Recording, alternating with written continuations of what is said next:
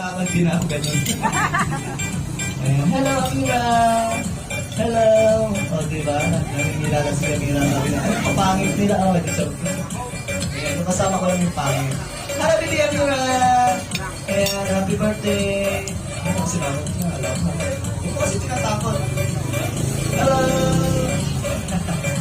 Ayan, so asan po mga kids?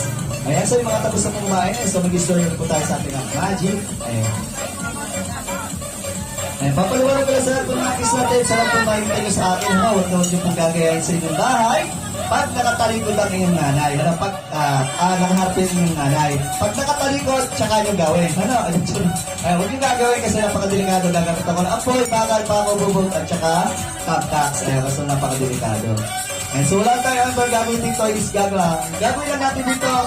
Ang magic words lang natin is sisigaw natin yung pangalan ni Baby Amira.